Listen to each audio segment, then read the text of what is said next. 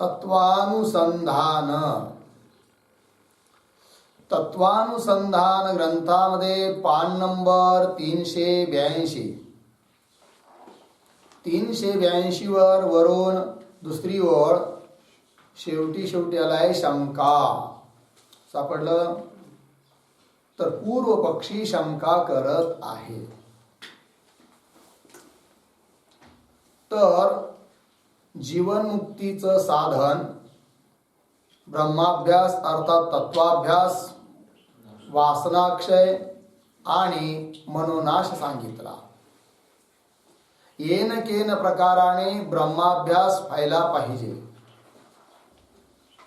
पूर्व पक्षी यावर बोलला होता की जर असं असेल तर अनधिकारी पुरुषाला केलेला जो तत्वोपदेश आहे त्याला सुद्धा ब्रह्माभ्यास म्हटलं पाहिजे. तर सिद्धांतांनी उत्तर दिलं की असं नाही. अधिकारी 2 प्रकारचे सांगितले आहे की नाही. तर कृतोपास्ती, अकृतोपास्ती वगैरे. पुन्हा ब्रह्मविद्येचा जो अधिकारी आहे त्याला केलेला उपदेशच ब्रह्माभ्यास होतो. अनधिकारी पुरुषाला केलेला ब्रह्मोपदेश हा ब्रह्माभ्यास होऊ शकत नाही, ही गोष्ट सांगितली. झालं एवढं. आता याच संदर्भाने पुन्हा पूर्व पक्षी शंका करतो आहे. तर शंका पहा. तत्वज्ञानते पूर्वभी मुमुक्षुजनको वासना क्षय का अभ्यास तथा मनोनाश का अभ्यास अपेक्षित ही है. बरोबर की तो म्हणतो की तत्वज्ञान झाल्यानंतर, ब्रह्मज्ञान झाल्यानंतर तुम्ही जीवनमुक्तीचं साधन म्हणून वासनाक्षय आणि मनोनाश सांगितला. परंतु तत्वज्ञान झाल्यानंतर वासनाक्षय आणि मनोनाश केल्यापेक्षा करण्याची काय गरज आहे का? की तत्वज्ञान होण्याच्या अगोदरच त्या साधकाने वासनाक्षय आणि मनोनाश करण्याचा प्रयत्न केलेलाच आहे, नाश झालेलाच आहे त्याचा. पुन्हा आणखीन ज्ञान झाल्यानंतर देखील वासनाक्षय मनोनाश हे कशा करता असा प्रश्न उपस्थित होतो. तर शंका. तत्वज्ञान ते पूर्वभी, तत्वज्ञान होण्याच्या अगोदर देखील मुमुक्षुजनको वासनाक्षय का अभ्यास तथा मनोनाश का अभ्यास अपेक्षित ही है. कसं काय बरं, कसं काय अपेक्षित आहे, जरूरत आहे, आवश्यक आहे? काहे ते? जिस पुरुष का चित्त विषयों विषय आसक्त है तथा शमदमादिको ते रहित है तथा एकाग्रता ते रहित है, तिस पुरुष को सो तत्वज्ञान उत्पन्न होता नहीं. तर ज्या पुरुषाचं चित्त विषयाच्या ठिकाणी काय आहे, अत्यंत आसक्त आहे, पुन्हा शमदमादिकाने रहित आहे, म्हणजे वासनाक्षय ज्याचा झालेला नाही आहे, विषयाच्या ठिकाणी चित्त आसक्त आहे, शमदमादिक पण नाही आहे, एकाग्र पण चित्त झालेलं नाही आहे, तीस पुरुष को अशा पुरुषाला सो तत्वज्ञान उत्पन्न होता नाही, तत्वज्ञान उत्पन्न होत नाही. याते तत्वज्ञान ते पूर्वभी, आणि म्हणून तत्वज्ञान होण्याच्या अगोदर सुद्धा काय सो वासनाक्षय मनोनाश का अभ्यास अवश्य कर्या चाहिए. प्रत्येक साधकाला अवश्य करावाच लागतो, कारण त्याच्याशिवाय तर तत्वज्ञान उत्पन्न होतच नाही. विषयाविषयी अत्यंत आसक्ती असेल, श्रमदम नसतील तर कसं काय ब्रह्मज्ञान उत्पन्न होईल? आणि ते उत्पन्न होण्याकरिता तर वासनाक्षय मनोनाश याचा अभ्यास ज्ञान होण्याच्या अगोदर प्रत्येक साधक हा करीतच असतो. याते तत्वज्ञान ते पूर्व भी सो वासनाक्षय मनोनाश का अभ्यास अवश्य कर्या चाहिए. लागलं. जे भी आत्मज्ञान ते पूर्वही, जर मग आत्मज्ञान होण्याच्या अगोदर देखील सो वासनाक्षय मनोनाश सिद्ध भया, अगोदरच सिद्ध आहे वासनाक्षय मनोनाश, तभी तर मग तभी ता आत्मज्ञान ते पश्चात, आत्मज्ञान झाल्यानंतर जीवनमुक्ती वाचते, जीवनमुक्ती प्राप्त करण्याकरिता, जीवनमुक्तीचा विलक्षण आनंद उपभोगण्याकरिता ता वासनाक्षय मनोनाश के अभ्यास करने का कुछ प्रयोजन नहीं है, काही प्रयोजन नहीं है. कारण जर वासनाक्षय मनोनाश अगोदर केलेला नसता तर तत्वज्ञान झाल्यानंतर वासनाक्षय मनोनाश करण्याची गरज पडली असती. पण ज्ञान होण्याच्या अगोदरच जर वासनाक्षय आणि मनोनाश झालेला आहे तर तत्वज्ञान झाल्यानंतर जीवनमुक्ती आपोआप सिद्ध व्हायला पाहिजे. पुन्हा त्या जीवनमुक्तीसाठी वासनाक्षय मनोनाश करण्याची गरज काय? कारण तो नाश वासनाक्षय आणि मनोनाश तर अगोदर झालेला आहे असं बोलतो. कुछ प्रयोजन नहीं है. ता पूर्व सिद्ध वासनाक्षय मनोनाश के अभ्यास ते ही. पूर्वसिद्ध ज्ञान होण्याच्या अगोदर सिद्ध असलेला वासनाक्षय आणि मनोनाश याच्या अभ्यास ते ही इस तत्ववेत्ता पुरुष को जीवन मुक्ती की प्राप्ती होवेगी. म्हणजे तत्वज्ञान झाल्यानंतर पुन्हा त्याला डबल वासनाक्षय आणि मनोनाश करण्याची गरज नाही. कारण तत्वज्ञान होण्याच्या अगोदर जो त्याने वासनाचा क्षय आणि मनाचा नाश केलेला आहे त्याच्या आधारानेच तत्वज्ञान झाल्यानंतर जीवनमुक्ती प्राप्त होऊन जाईल. ज्ञान झाल्यावर पुन्हा वासनाक्षय मनोनाश करण्याची त्याला गरज नाही. कोण बोलतो आहे? पूर्वपक्ष. ता पूर्व सिद्ध वासनाक्षय मनोनाश के अभ्यास ते ही इस तत्ववेत्ता पुरुष को जीवन मुक्ती की प्राप्ती होवेगी. लागलं एवढं. समाधान. आता ही जरी शंका उत्तर देतात समाधान.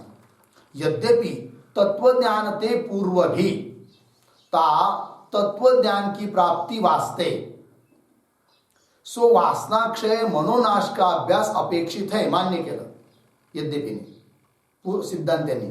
पूर्व पक्षाचं म्हणणं काही अंशात काय की तत्वज्ञान प्राप्त करण्याकरिता तत्वज्ञान प्राप्त होण्याच्या अगोदर वासनाक्षय मनोनाश होणं आवश्यक आहे, अपेक्षित आहे. ही गोष्ट आम्हाला मान्य आहे.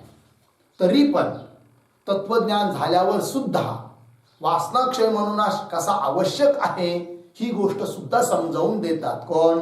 सिद्धांती. पुन्हा पहा. यद्यपि तत्वज्ञान ते पूर्व भी ता तत्वज्ञान की प्राप्ति वास्ते तत्वज्ञान प्राप्त होण्याकरिता सो वासनाक्षय मनोनाश का अभ्यास अपेक्षित है. तथापि तरी पण तत्वज्ञान ते पूर्व विविदिशा संन्यासी को तत्वज्ञान होण्याच्या अगोदर सुद्धा संन्यास घेतलेला आहे. पण तत्वज्ञान होण्याच्या अगोदर घेतलेला संन्यास त्या संन्यासाचं नाव काय? विविदिशा संन्यास. ज्ञान प्राप्तीच्या इच्छेने घेतलेला संन्यास. आणि तत्वज्ञान झाल्यानंतर घेतलेला जो संन्यास असतो त्या संन्यासाला म्हणतात काय? विद्वत संन्यास. तथापि तत्वज्ञान ते पूर्व विविदिशा संन्यासी को सो वासनाक्षय मनोनाश का अभ्यास तो गौण होवे. अभ्यास असतो वासनाक्षय मनोनाश त्यांनी केलेला आहे परंतु तो वासनाक्षय आणि मनोनाश आणि त्याचा अभ्यास तत्वज्ञान होण्याच्या अगोदर त्या साधकाकरिता कसा आहे? गौण आहे. कारण त्याला मुख्य रूपाने प्राप्त करायचं असतं त्या काळात काय? तत्वज्ञान. म्हणून मुमुक्षु अवस्थेत अर्थात ज्ञान होण्याच्या अगोदर त्या साधकाच्या दृष्टीत तत्वज्ञानच आहे की तत्वज्ञान मला प्राप्त झालं पाहिजे. आणि म्हणून त्या काळात सामान्य रूपाने जरी वासनाक्षय आणि मनोनाश असला तरी तो त्याच्याकरिता कसा आहे? गौण आहे. बघा, विविदिशा संन्यासी कुसो वासनाक्षय मनोनाश का अभ्यास तो गौण होवे है. और श्रवण मननादिको का अभ्यास प्रधान होवे है. श्रवण मनन इत्यादिकाचा अभ्यास काय असतो? प्रधान म्हणजे मुख्य. कुणाला? मुमुक्षुला. तत्वज्ञान होण्याच्या अगोदर. काहे ते का बरं? श्रवण मनन निधिध्यासन यह तीनों तो तत्वमसी अधिक वेदांत वाक्यों का विचार रूप होने ते आत्मज्ञान के प्रति अंतरंग साधन है. लागलं? श्रवण मनन निधिध्यासन ये तीनों तो तत्वमसी अधिक वेदांत वाक्यों का विचार रूप होने ते. तत्वमसी अधिक महावाक्याचं श्रवण दोन प्रकारचं. एक श्रोत्राशी संबंध रूप श्रवण आणि दुसरं विचार रूप श्रवण. ठीक आहे. श्री गुरुने तत्वमसी अधिक महावाक्याचं उच्चारण केलं ते जिज्ञासूने कानाने ऐकलं तर ते झालं श्रोत्राशी संबंध रूप श्रवण. त्याच्यानंतर तो ऐकणारा साधक पुन्हा काय करतो? श्रवण म्हणजे विचाररूप श्रवण मनन निधिध्यासन करतो. मग ते झालं पुन्हा काय? विचाररूप श्रवण विचाररूप साधन. काय ते श्रवण मनन निधिध्यासन य तीन होतो तत्वमस्य अधिक वेदांत वाक्यो का विचारूप होणे ते वेदांत वाक्याचं विचारूप आहेत कोण श्रवण मनन निधिध्यासन होणे ते आत्मज्ञान के प्रति आत्मज्ञान होण्याकरिता अंतरंग साधन आहेत कोण श्रवण मननाधिक हे अंतरंग साधन आहेत लागलं की नाही और वासनाक्षय मनोनाश तो अंतकरण के शोधक होने ते तीन श्रवणादिकों के सहकारी है मग तत्वज्ञान प्राप्त होण्याकरिता अंतरंग साधन कोण श्रवण मनन निधिध्यासन इत्यादी आणि वासनाक्षय मनोनाश हे काय मग हे तर काय त्या श्रवणादिकाचे सहकारी आहे कारण मनोनाश वासनाक्षय जर केलेला असेल तर अंतकरण शुद्ध होतं आणि शुद्ध अंतकरणामध्येच श्रवण मनन निधिध्यासन व्हायला लागतं आणि त्याच अंतकरणात पुढे ज्ञान उत्पन्न होतं म्हणून श्रवणादिकाचे सहकारी आहेत कोण मनोनाश वासनाक्षय आणि म्हणून तत्वज्ञान होण्याच्या अगोदर त्या साधकाकरिता मनोनाश आणि वासनाक्षय हे गौण आहेत आणि श्रवण मननादिक हे अंतरंग साधन प्रधान आहे मुख्य आहे और वासनाक्षय मनोनाश तो अंतकरण का शोधक अंतकरण शुद्ध करणारे असल्यामुळे होणे ते तीन श्रवणादिकों के सहकारी है लागलं एवढं याते म्हणून तत्वज्ञान ते पूर्व तत्वज्ञान होण्याच्या अगोदर यथाकथनचित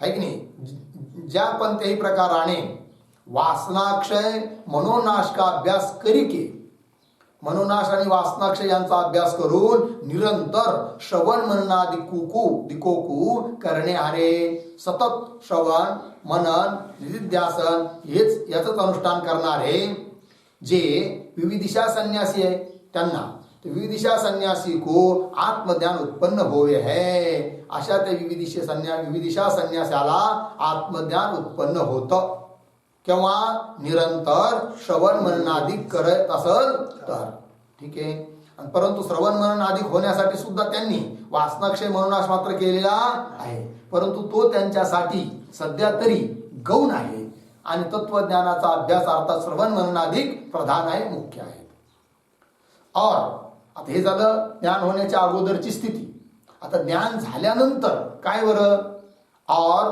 विद्वत संन्यासी को विद्वत संन्यासी म्हणजे कोण ज्ञान झाल्यानंतर घेतलेला संन्यास और विद्वत संन्यासी को तो सो तत्वज्ञान का अभ्यास गौण होवे कारण तत्वज्ञानाचा अभ्यास म्हणजे कोण श्रवण मनन निधिध्यासनाधिक तो त्याच्यासाठी आता काय झाला गौण का बरं श्रवण मनन निधिध्यासनाधिक जो तत्वज्ञानाचा अभ्यास आहे तत्वज्ञान प्राप्तीकरिता साधन रूप आहेत त्याचं फल जे तत्वज्ञान ते आता त्याला प्राप्त झालेलं आहे म्हणून पुन्हा पुन्हा त्याला आता श्रवण मननादिक करण्याची गरज नाही म्हणून ज्ञान झाल्यानंतर आता तत्वज्ञानाचं साधन श्रवण मननादिक हे त्याच्यासाठी काय झाले गौण जे अगोदर प्रधान होते ते आता झाले गौण और विद्वत संन्यासी को तो सो तत्वज्ञान का अभ्यास गौण होवे है लागलं और वासनाक्षय मनोनाश का अभ्यास प्रधान होवे आणि ज्ञानी पुरुषाला वासनाक्षय आणि मनोनाश यांचा अभ्यास कसा आहे मग आता प्रधान आहे जो वासनाक्षय मनोनाशाचा अभ्यास अगोदर कसा होता ज्ञान होण्याच्या अगोदर गौण आता तो झाला मुख्य वासनाक्षय मनोनाश का अभ्यास प्रधान होवे काहे ते तत्वज्ञान की उत्पत्ती ते पूर्व ही तत्वज्ञान उत्पन्न होण्याच्या अगोदरच वेदांत श्रवणादिकों के अभ्यास का प्रयोजन होवे है वेदांत श्रवण मनन निधिध्यासन यांचा अभ्यास करणं हे महत्वाचं आहे कारण त्याचं प्रयोजन आहे काय प्रयोजन तत्वज्ञान प्राप्त होणं पण ते प्रयोजन तत्वज्ञान तर आता प्राप्त झालेलं आहे म्हणून आता ज्ञान झाल्यानंतर श्रवण मननादिकाचा अभ्यास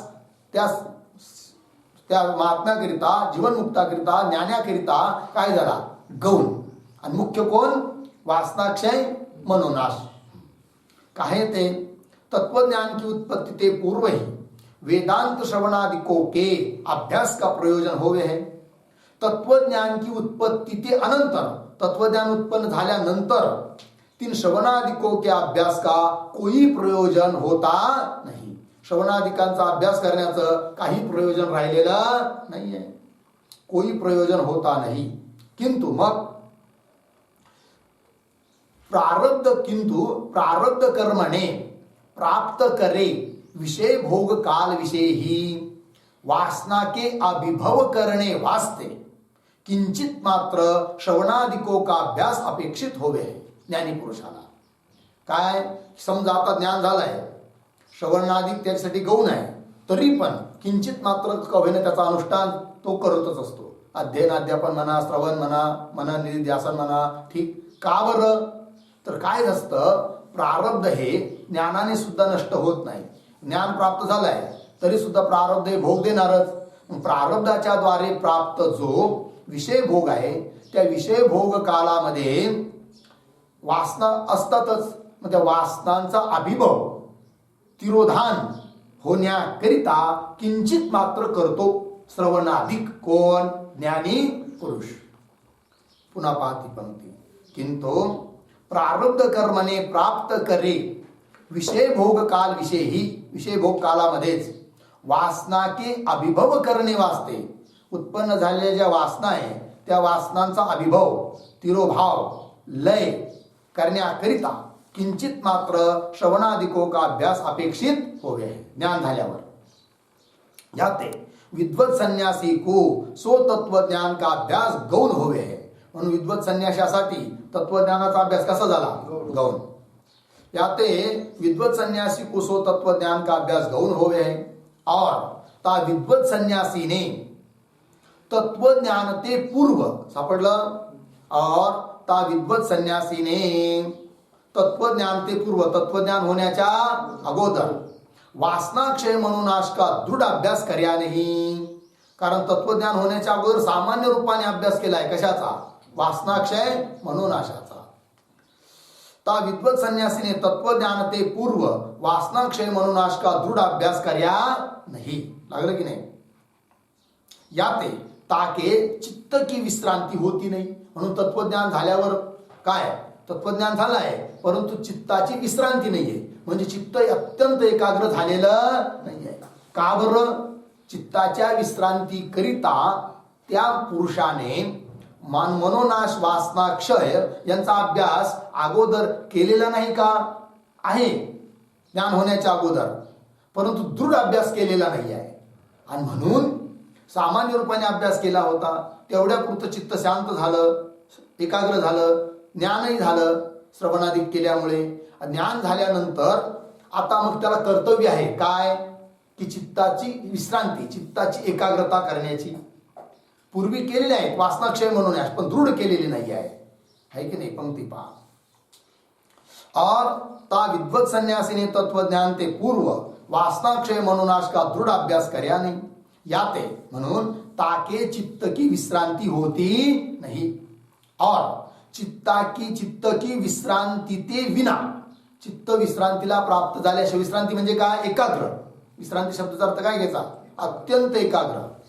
और चित्त की विश्रांती ते विना दृष्ट दुःख की निवृत्ती होती नहीं. दृष्ट दुःख प्रत्यक्ष दुःख, जे अनुभवात येणारं दुःख आहे त्याची निवृत्ती होत नाही. दृष्ट दुःख की निवृत्ती होती नाही. याते ता चित्त की विश्रांती वास्ते, म्हणजे चित्त एकाग्र होण्याकरिता तीस विद्वत संन्यासी को आत्मज्ञान ते अनंतर, विद्वत संन्यासाला आत्मज्ञान झाल्यावर देखील सो वासनाक्षय मनोनाश का अभ्यास अवश्य अपेक्षित है. कशाकरिता? चित्ताची विश्रांती होण्याकरिता, चित्ताची एकाग्रता होण्याकरिता. कारण चित्ताची विश्रांती झाल्याशिवाय दृष्ट दुःखाचा नाश होत नाही. याते म्हणून ता विद्वत संन्यासी को सो वासनाक्षय मनोनाश का अभ्यास प्रदान है. आता ज्ञान झाल्यानंतर घेतलेला संन्यास विद्वत संन्यास, असा जो विद्वत संन्यासी आहे अर्थात ज्ञानी पुरुष आहे, त्याच्याकरिता प्रधान मुख्य अभ्यास कोणता? वासनाक्षयाचा, मनोनाशाचा. आता तत्वज्ञानाचा अभ्यास त्याच्याकरिता गौण झाला आहे. याते ता विद्वत संन्यासी को सो वासनाक्षय मनोनाश का अभ्यास प्रधान है. ता अभ्यास ते ही, त्या अभ्यासानेच तीस विद्वत संन्यासी को जीवन मुक्ती की प्राप्ती होवे. आणि जर वासनाक्षय मनोनाश तत्वज्ञान याचा अभ्यास जर पुन्हा पुन्हा तो विद्वत संन्यासी करीत राहील तर त्याला जीवनमुक्तीची काय होते? प्राप्ती होते. अर्थात जीवनमुक्तीचं विलक्षण सुख अनुभवायला भेटतं. कारण त्याचं साधन आहे कोण? वासनाक्षय, मनोनाश आणि तत्वज्ञान. ठीक, चला आता पुन्हा शंका करत आहे पूर्वपक्षी. शंका, चतुष्टय साधन संपन्न अधिकारी पुरुष को. चतुष्टय साधन, चतुष्टय साधन म्हणजे कोण? विवेक, वैराग्य, समाधि, षटक, मोक्ष. चतुष्टय साधन संपन्न अधिकारी पुरुष को श्रवण मननादि को करके असंभावना विपरीत भावना रूप प्रतिबंध के निवृत्त हुए. त्याने श्रवण मनन आदि केलेले आहेत, त्याच्यामुळे असंभावना विपरीत भावना सुद्धा त्याच्या निवृत्त झालेल्या आहेत. असंभावना विपरीत भावना रूप प्रतिबंध के निवृत्त हुए, प्रतिबंध निवृत्त झाला असता तत्वमसी अधिक महावाक्य ते, तत्वमसी अधिक महावाक्याच्या द्वारे अहम ब्रह्मास्मी या प्रकार का अप्रोक्ष ज्ञान उत्पन्न होवे है. मीच ब्रह्म आहे या प्रकारचं अप्रोक्ष ज्ञान त्याला उत्पन्न होतं. ठीक, ता अप्रोक्ष ज्ञान ते, आणि तसं अप्रोक्ष ज्ञान उत्पन्न झाला असता त्या अप्रोक्ष ज्ञानाने अज्ञानकृत आवरण की निवृत्ती होई के. अज्ञानकृत, अज्ञानाच्या द्वारे केल्या गेलेलं जे ब्रह्मस्वरूपाचं आवरण आहे त्या आवरणाची काय होते? निवृत्ती. तर अपरोक्ष ज्ञान ते अज्ञानकृत आवरण की निवृत्ती होई के ब्रह्मानंद रूप परम पुरुषार्थ की प्राप्ती होवे. तर ब्रह्मानंद रूप परम पुरुषार्थाची काय होते? प्राप्ती होते. अपरोक्ष ज्ञानाने अज्ञानाची निवृत्ती आणि परमानंदाची प्राप्ती. ब्रह्मानंद रूप परम पुरुषार्थाची प्राप्ती होवे. और ता परम पुरुषार्थ की प्राप्ति ते परे दूसरा कोई कर्तव्य बाकी रहता नहीं. आणि और ता त्या परम पुरुषार्थ की प्राप्ती, परम पुरुषार्थ कोण आहे? सर्वात श्रेष्ठ असा पुरुषार्थ कोण? मोक्ष. आणि तो प्राप्त झाल्यानंतर दुसरं काही कर्तव्य राहतच नाही कुणाला? त्या ज्ञानी पुरुषाला. और ता परम पुरुषार्थ की प्राप्ती ते परे, त्या प्राप्तीला सोडून दुसरं काही, दुसरा कोई कर्तव्य बाकी रहता नाही. और आणखीन शास्त्र पण सांगतं की ज्ञानाला काही कर्तव्य नाही म्हणून. काय? तस्य कार्यम न विद्यते, तस्य ज्ञानिनः कार्यम न विद्यते, कार्यम कर्तव्यम न विद्यते. ज्ञानी पुरुषाकरता काहीही आता कर्तव्य म्हणून राहिलेलं नाही. इत्यादिक श्रुती स्मृती वचन भी ता ज्ञानवान को कर्तव्यता का निषेध करे है. इत्यादी श्रुती स्मृती वचन सुद्धा काय सांगतात? ज्ञानी पुरुषाला कुठलंच कर्तव्य नाही, कर्तव्याचा निषेध करतात. और जो ऐसा कहो, आता पूर्व पक्षी बोलतोय ना, पूर्व पक्षी म्हणतोय कदाचित हे सिद्धांती तुम्ही असं म्हणाल. काय म्हणाल बरं? तर अभिप्रेत्य परिहार करतोय पूर्व पक्षी. और जो ऐसा कहो, काय? कि चित्त की विश्रांति वास्ते तिस तत्ववेत्ता पुरुष को भी वासनाक्षय मनोनाश का अभ्यास बाकी कर्तव्य है. चित्ताची विश्रांती होण्याकरिता त्या तत्ववेत्या पुरुषाला सुद्धा कर्तव्य म्हणून बाकी आहे म्हणे. काय? वासनाक्षय मनोनाश. चित्त की विश्रांति वास्ते तिस तत्ववेत्ता पुरुष को भी वासनाक्षय मनोनाश का अभ्यास बाकी कर्तव्य है. सो य कहना भी संभवता नाही. पण पूर्व पक्षी म्हणतो आहे की असं कदाचित तुम्ही वेदांती बोलाल तर तेही तुमचं म्हणणं बरोबर नाही. सो य कहना भी संभवता नाही. काहे ते का बरं? महावाक्य जन्य अपरोक्ष ज्ञान की, बरोबर आहे की नाही? की आहे की नाही? तिथं पाहिजे का, वरची इलांटी खोडून टाकायची. पंक्ती पहा. काहे ते महावाक्य जन्य अप्रोक्ष ज्ञान का विषयभूत, त्या अप्रोक्ष ज्ञानाचा विषयभूत विषय स्वरूप जो नित्य निरतिशय ब्रह्मानंद आहे. नित्य निरतिशय आहे की नाही? असा कोण? ब्रह्मानंद आहे. ता ब्रह्मानंद विषय, त्या ब्रह्मानंदाच्या ठिकाणी संलग्न होये मन की, आहे की नाही? त्या ब्रह्मानंदामध्ये जे मन संलग्न झालेलं आहे, जुडले गेलेलं आहे, संलग्न होये मन की अन्य तुच्छ विषयो विषय प्रवृत्ती संभवती नाही. त्या तुच्छ विषयाकडे प्रवृत्तीच होणार नाही. कुणाची? मनाची. याते ता ज्ञानवान को सा चित्त की विश्रांति स्वभाव सिद्ध है. आहे की नाही. म्हणून ज्ञानी पुरुषाला चित्ताची विश्रांती करण्याची गरजच काय. कोण बोलतो. पूर्वपक्षी. का की त्याच्या ठिकाणी चित्ताची विश्रांती स्वभाव सिद्ध आहे. कस काय स्वभाव सिद्ध आहे की त्याला ज्ञान झालेले अपरोक्ष ज्ञान, आणि त्या अपरोक्ष ज्ञानाचा विषयभूत जो नित्य निर्तिशय ब्रह्मानंद, त्याच्या ठिकाणीच त्याचं मन लागलेलं आहे, मन जुडल्या गेलेलं आहे. आणि त्यामुळे त्या निरतिशय आनंदाला सोडून, ब्रह्मानंदाला सोडून तुच्छ अशा विषयाकडं त्याचं मन जाणारच नाही. जर तुच्छ विषयाकडं मन जाईल तर त्या मनाला म्हणता येईल काय की ते मन एकाग्र नाही आहे, अर्थात विश्रांतीला प्राप्त झालेलं नाहीये. पण मोठा आनंद भेटल्यानंतर तुच्छ आनंदाकडे, विषयाच्या आनंदाकडे मन जाईलच कशाला. आणि जर मन तिकडे भटकणारच नाही तर अर्थात त्या ज्ञानी पुरुषाचं चित्त कसं आहे, विश्रांतीला प्राप्त झालेलं आहे, एकाग्रतेला प्राप्त झालेलं आहे. अर्थात त्याच्या चित्ताची विश्रांती स्वभाव सिद्ध आहे. आणि जर चित्ताची विश्रांती, चित्ताची एकाग्रता ज्ञानी पुरुषाच्या ठिकाणी स्वभाव सिद्ध आहे, मुळातच आहे, तर मग तुम्ही हे कसं काय बोलता की ज्ञान झाल्यावर वासनाक्षय आणि मनोनाश केला पाहिजे.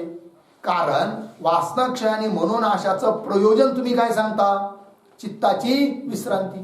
पण वासनाक्षय आणि मनोनाशाचं जे प्रयोजन आहे चित्ताची विश्रांती, ती चित्ताची विश्रांती तर त्या ज्ञानी पुरुषाच्या ठिकाणी स्वभाव सिद्ध आहे, मुळातच आहे. फल तर अगोदरच प्राप्त झालेलं आहे. मग त्या ज्ञानी पुरुषाला पुन्हा वासनाक्षय केला पाहिजे, मनोनाश केला पाहिजे, हे कशा करता तुम्ही बोलता. अशी शंका आहे. कुणाची. पूर्वपक्षाची. शंका कळली की नाही. पंक्ती पहा. ता ब्रह्मानंद विषय संलग्न हुए मन की अन्य तुच्छ विषयो विषय प्रवृत्ति संभवती याते ता ज्ञानवान को सा चित्त की विश्रांती, ती चित्ताची विश्रांती स्वभाव सिद्ध ही है. लागले एवढं. पुढे तात्पर्य यह है. एकंदरीत तात्पर्य काय बरं. जैसे सार्वभौम राज्य के आनंद को अनुभव करने हारा चक्रवर्ती राजा. समजा एखादा कोणी राजा आहे आणि तो राजा म्हणजे सामान्य नाही आहे. कसा राजा आहे. सार्वभौम राजा आहे, चक्रवर्ती आहे. अनेक छोटे छोटे राजे त्याच्या अधीन आहेत, मांडलिक राजे. आणि हा कसा आहे. सार्वभौम राजा आहे, सर्वांचा, राजांचाही राजा आहे. जैसे सार्वभौम राज्य के आनंद को अनुभव करने हारा चक्रवर्ती राजा एक ग्राम के अधिपति के तुच्छ सुख की इच्छा करता नाही का करतो.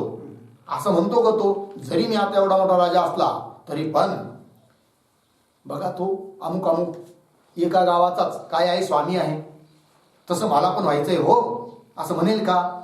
नाही म्हणणार. का बरं की त्याच्या हाताखाली है की नाही, त्याच्या अंतर्गत अनेक मोठमोठे राजे सुद्धा आहे. गावाची काय गोष्ट.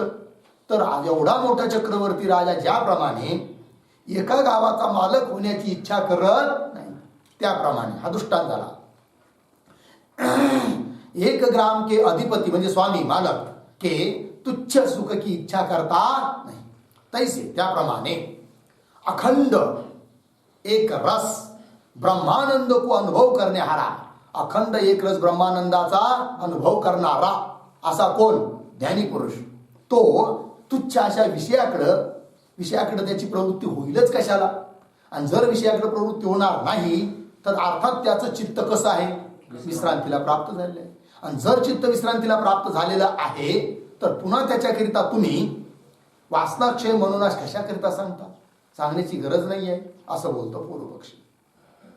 तैसे अखंड एक रस ब्रह्मानंद को अनुभव करने हारा ज्ञानवान पुरुष का चित्त तुच्छ विषय सुख की इच्छा करेगा नहीं. तुच्छ विषय सुखाची इच्छा करणारच नाही.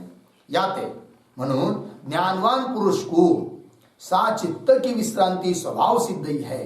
म्हणून ज्ञानवान जो पुरुष आहे त्याच्या ठिकाणी चित्ताची विश्रांती कशी आहे, स्वभाव सिद्धच आहे. स्वभाव सिद्ध ही है.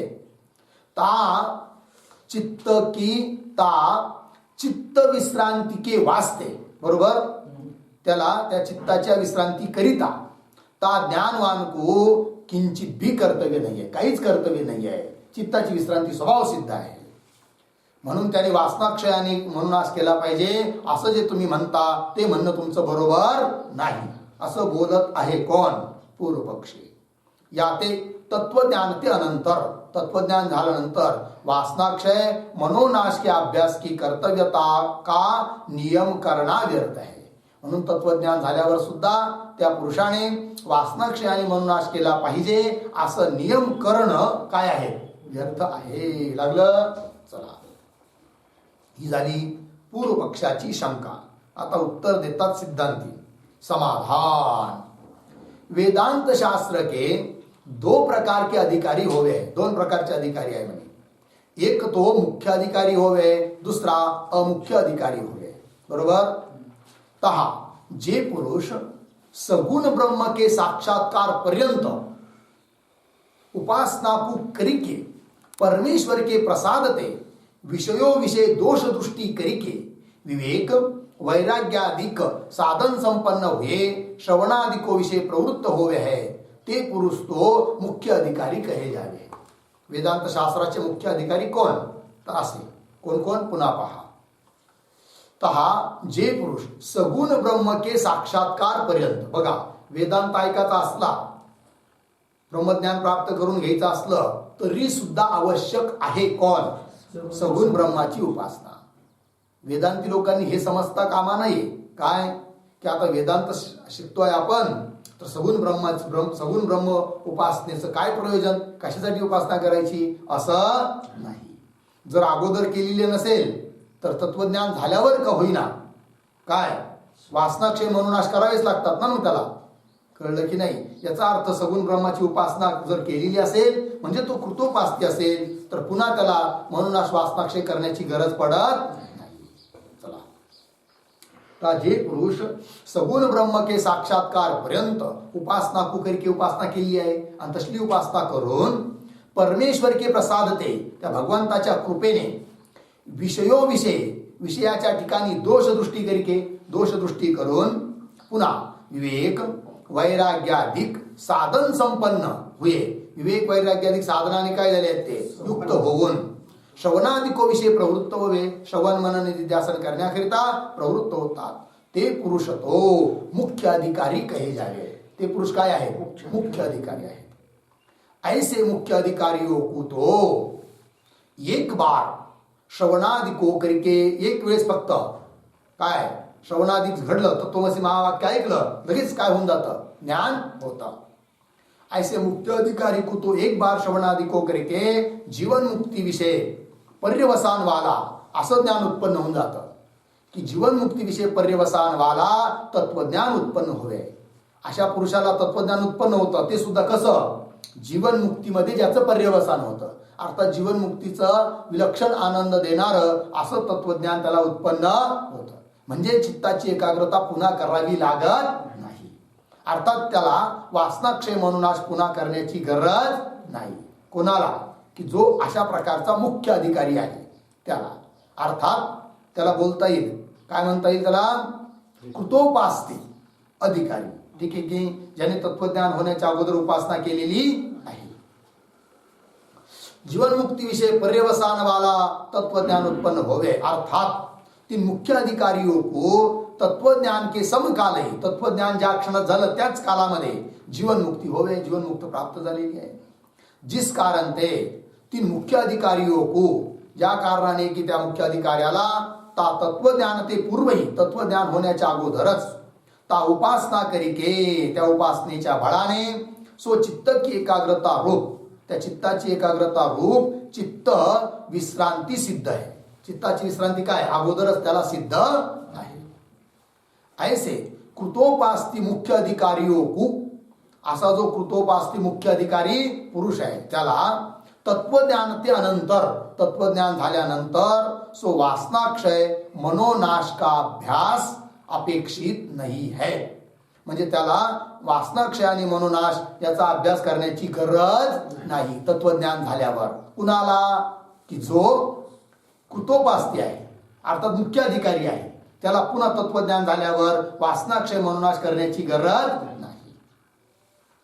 सो वासनाक्षय मनोनाश का अभ्यास अपेक्षित नहीं है.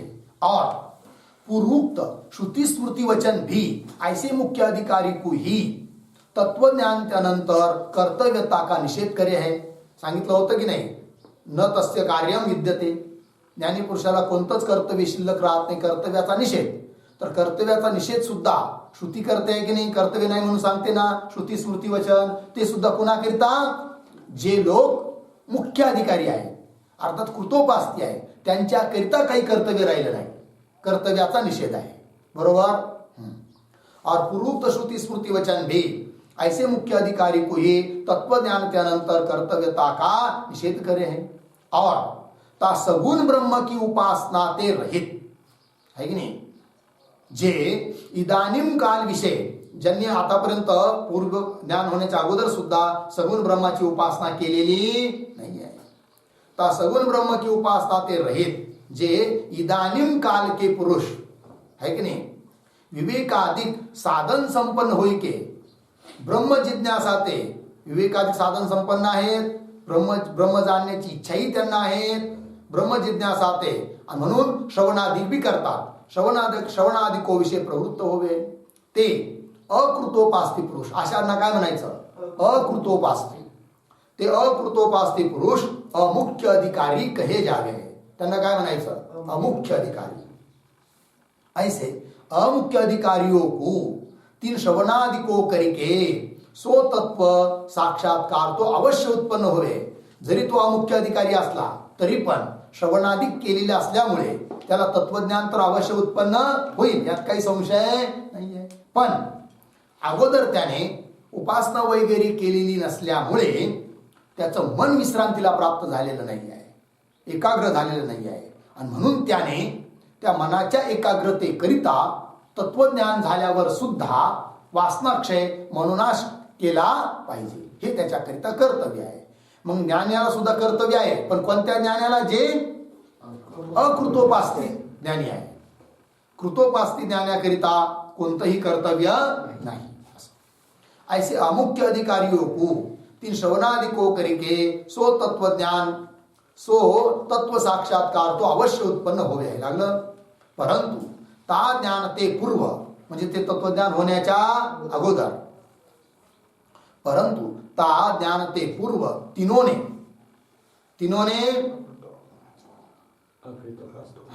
अकृतोपास्तिक अमुख्य अधिकार्याने, परंतु ता ज्ञान ते पूर्व तीनोने वासनाक्षय मनोनाश का अभ्यास भली प्रकार ते कर्या नाही आहे, दृढ केलेला नाही आहे, चांगला केलेला नाही आहे. कारण त्याच्याकरिता तो त्यावेळेस काय होता, गौण होता. आणि तत्वज्ञानाचा अभ्यास त्याच्याकरिता मुख्य होता ज्ञान होण्याच्या अगोदर. याते तीन पुरुषों के चित्त की विश्रांती होती नाही. चांगल्या प्रकारे त्यांनी मनोनाश वासनाक्षयाचा अभ्यास केलेला नाही, त्याच्यामुळे तीन पुरुषों के त्या पुरुषाच्या चित्ताची विश्रांती होत नाही, एकाग्रता होत नाही.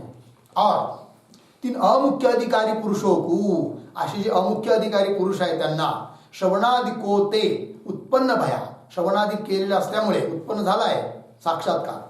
श्रवणादिको ते उत्पन्न भया जो ब्रह्म साक्षात्कार है, सो साक्षात्कार महावाक्य रूप प्रमाण करके जन्य होणे ते.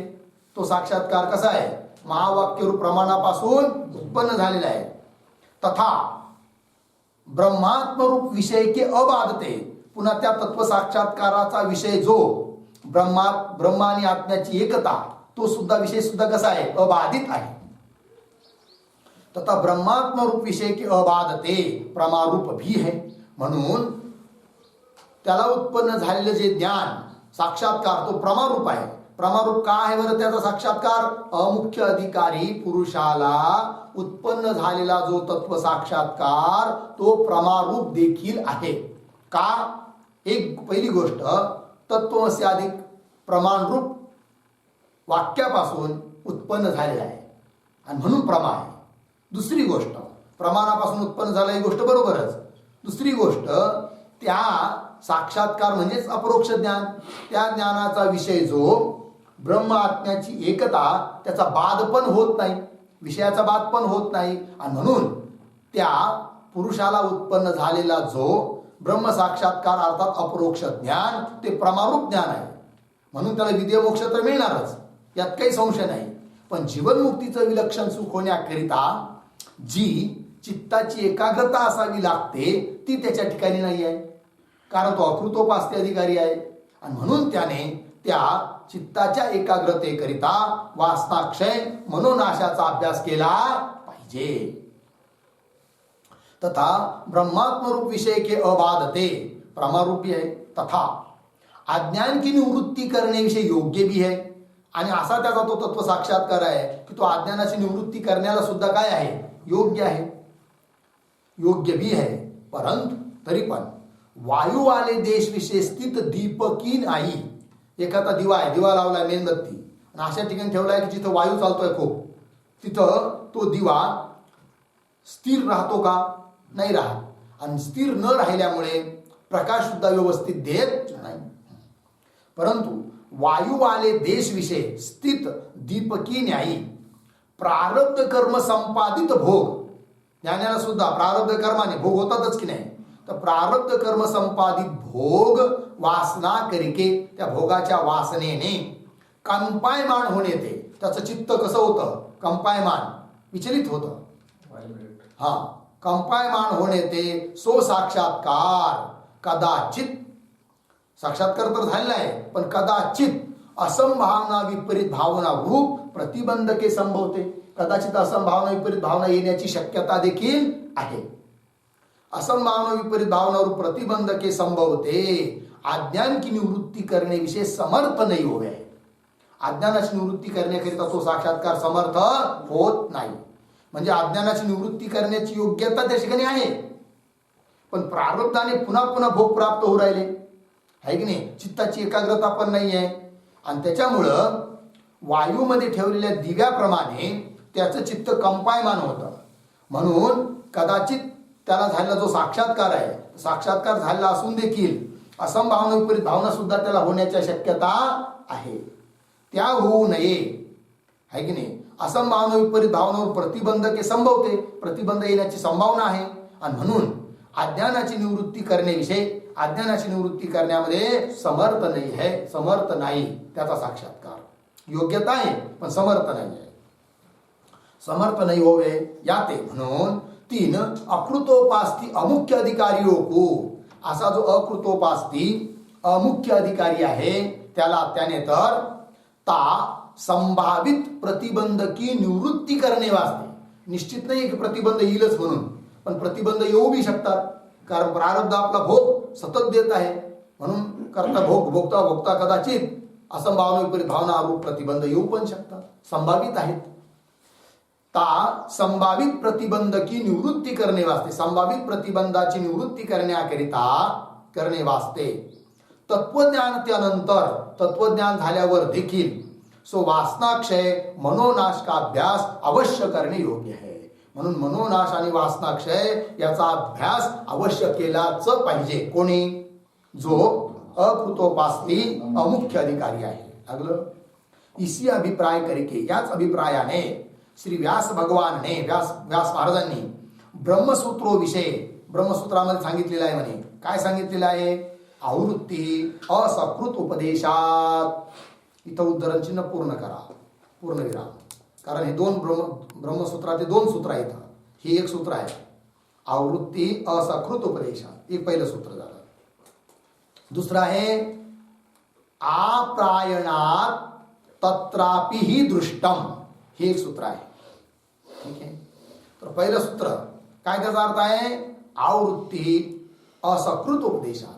असकृत उपदेशात आवृत्ती, असकृत, सकृत म्हणजे एक बार, असकृत बार बार स्मृतीने सांगितलेलं आहे. आणि म्हणून आवृत्ती करायला पाहिजे. अहम ब्रह्मास्मी या चित्तवृत्तीच्या प्रवाहातच राहिलं पाहिजे, चिंतन केलं पाहिजे, मी ब्रह्म आहे म्हणून. ठीक. दुसरं सूत्र आप्रायणात तत्र अपि ही दृष्टम, याचा अन्वय आप्रायणात ही तत्र अपि दृष्टम. ठीक. या सूत्राचा अर्थ थोडा लिहून घ्या. प्रतीक आहे आप्रायणात, आप्रायणात बराबर आमरण पर्यंतम. आमरण पर्यंतम उपासित.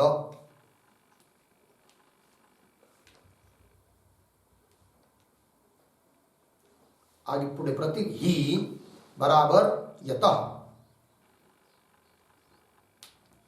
यतः पुढे प्रतीक तत्र अपि, तत्रापि. तत्रापि बराबर मरण काले अपि. मरण काले अपि. अर्धविराम उद्धरण चिन्ह श्रुतिया स यावत् क्रतुः. सह यावत् क्रतुः उद्धरण चिन्ह बंद. इत्यादिना इत्यादिना उपास्य प्रत्ययानुवर्तनम. इत्यादिना उपास्य प्रत्ययानुवर्तनम. ठीक. आगे प्रतीक दृष्टम बराबर प्रतीतम. प्रतीतम अर्धविराम. अतः अहंग्रोपासनम अहंग्रोपासनम मरण पर्यंतम कार्यम. मरण पर्यंतम कार्यम. ठीक. चला अर्थ. आप्रायणात अर्थात आमरण पर्यंत, मरण येईपर्यंत उपासित अर्थात ब्रह्माभ्यास केला पाहिजे. ही येतः कारण की तत्रापि मरण कालेपि, मरण कालामध्ये देखील स यावत् क्रतुः अशी श्रुती आहे. इत्यादी श्रुतीने काय सांगितलं? तो उपास्य प्रत्यय अनुवर्तनम. उपास्य जे तत्व आहे त्या उपास्य अर्थात ब्रह्मतत्व, त्याचं प्रत्यय अर्थात ज्ञान. तो उपास्य प्रत्यय ब्रह्मज्ञान, ब्रह्माभ्यास याचा अनुवर्तन अर्थात अहम ब्रह्मास्मी याचा अभ्यास दृष्टम प्रतीतम सांगितलेला आहे. अतः म्हणून अहंग्रोपासनम मरण पर्यंतम कार्य. अहंग्रोपासना ही मरण पर्यंत केली पाहिजे. चला आता मूळ मध्ये आप्रयाण तत्रापि दृष्टम. इस सूत्र करिके या सूत्रांच्या द्वारे व्यास महाराजांनी सुद्धा सांगितलं आहे काय की अमुख्य अधिकारियों के प्रति, अमुख्य असे अधिकारी असेल तर त्यांच्याकरिता अभ्यास की आवृत्ती कथन करी आहे. अमुख्य अधिकाऱ्याने आवृत्ती केली पाहिजे. याते यह सिद्ध भया. म्हणून ही सिद्ध झालं काय? पूर्वोक्त मुख्य अधिकारियों को तत्वज्ञान के अनंतर वासनाक्षय मनोनाश के अभ्यास की नई अपेक्षा हुई भी. दोन अधिकारी आहे, मुख्य अधिकारी अमुख्य अधिकारी. तर मुख्य अधिकारी जो आहे त्याला तत्वज्ञान झाल्यानंतर वासनाक्षय मनोनाश याचा अभ्यास करण्याची अपेक्षा जरी नसली, अभ्यास की नई अपेक्षा हुई भी. तीन अमुख्य अधिकारियों को, पण जे अमुख्य अधिकारी आहे त्यांना तर तत्वज्ञान त्यानंतर, तत्वज्ञान झाल्यावर चित्त की विश्रांती वाचते, चित्ताची विश्रांती होण्याकरिता सो वासनाक्षय मनोनाश का अभ्यास अवश्य अपेक्षित है. मनोनाश आणि वासनाक्षय याचा अभ्यास अवश्य त्याने केलाच पाहिजे. झालं एवढं. पुढे शंका. वासना के क्षय करने विषय इस पुरुष की तभी प्रवृत्ती संभव है. पूर्व शंकामुखार म्हणतोय की वासना क्षय करण्याकरिता पुरुषाची प्रवृत्ती तेव्हाच होईल केव्हा? जेव्हा इस पुरुष को ता वासना के स्वरूप का ज्ञान होवे. वासना म्हणजे काय, वासनेचं काय स्वरूप आहे हे ज्ञान जेव्हा असेल तेव्हाच त्या वासनेच्या क्षय करण्याकरिता त्या मनुष्याची काय होईल? प्रवृत्ती होईल. ता वासना के ज्ञान ते विना, ता वासना के निवृत्ती करणे विषय इस पुरुष की प्रवृत्ती संभवती नाही. वासनेचं ज्ञान असल्याशिवाय वासनेचा नाश करण्याकरिता, निवृत्ती करण्याकरिता या पुरुषाची प्रवृत्ती होणार नाही. शत्रूचं ज्ञान नसेल कोणता आहे म्हणून तर त्याचा नाश करण्याकरिता प्रवृत्ती होईल का? नाही होणार. असं याचा अर्थ काय की तुम्ही आम्हाला अगोदर वासनेचं स्वरूप सांगा म्हणजे लक्षात येईल की अशा अशा वासना असतात आणि त्यांचा नाश करण्याकरिता मग तो मनुष्य प्रवृत्त होईल. ठीक. समाधान. ता वासना का साधारण लक्षण तथा ता वासना का विभाग तथा ता वासना का फल तथा तिस वासना का विशेष लक्षण श्री वशिष्ठ भगवान ने कथन किया है. वशिष्ठ मुनीने रामाला उपदेश करत असताना त्या वासनेचं साधारण लक्षण केलेलं आहे, वासनेचा विभाग केलेला आहे, वासनेचं फलही सांगितलेलं आहे आणि त्या वासनेचं विशेष लक्षण पण त्यांनी केलेलं आहे. ठीक आहे. श्री वशिष्ठ भगवान ने कथन किया है. सो सर्व ता वशिष्ठ भगवान के वचनों करके इहा दिखावे है. म्हणून आता हे साऱ्या गोष्टी आम्ही दाखवणार. म्हणजे काय? वासनेचं साधारण लक्षण सांगणार, वासनेचा विभाग करणार, वासनेचं फल सांगणार आणि त्या वासनेचं विशेष लक्षण सुद्धा करणार आणि वासनेच्या निवृत्तीचा उपाय पण सांगणार. परंतु आम्ही आमच्या मनाने सांगणार नाही. तर वशिष्ठ महाराजांनी ज्या पद्धतीने रामाला उपदेश केला आहे त्यांच्याच वाक्याला घेऊन आम्ही या साऱ्या गोष्टी इथं दाखवणार आहोत. सो सर्व ता वशिष्ठ भगवान के वचनों करके यहा दिखावे है. लागलं. ताके विषय प्रथम ता वासना का साधारण लक्षण कय है. म्हणून आता अगोदर त्या वासनेचं साधारण लक्षण केल्या जात आहे. तर त्या वासनेचं साधारण लक्षण करणारा जो श्लोक आहे वशिष्ठ मुनींनी रामाला सांगितलेला तो श्लोक या ठिकाणी ग्रंथकार देत आहे. परंतु त्याचा विचार आपण नंतर करूया. ओम पूर्णमदः पूर्णमिदं पूर्णात् पूर्णमुदच्यते पूर्णस्य